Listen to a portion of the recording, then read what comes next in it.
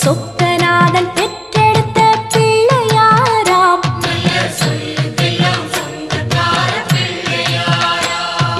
கைலாய மலைய விட்டு தெற்கே வந்தாராம். இந்த பிள்ளையாரு பட்டி கண்டு இருந்து விட்டாராம்.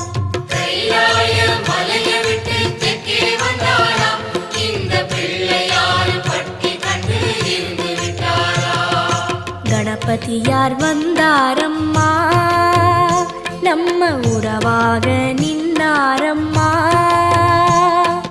கணபதியார் வந்தாரம்மா, நம்ம உறவாக நின்னாரம்மா.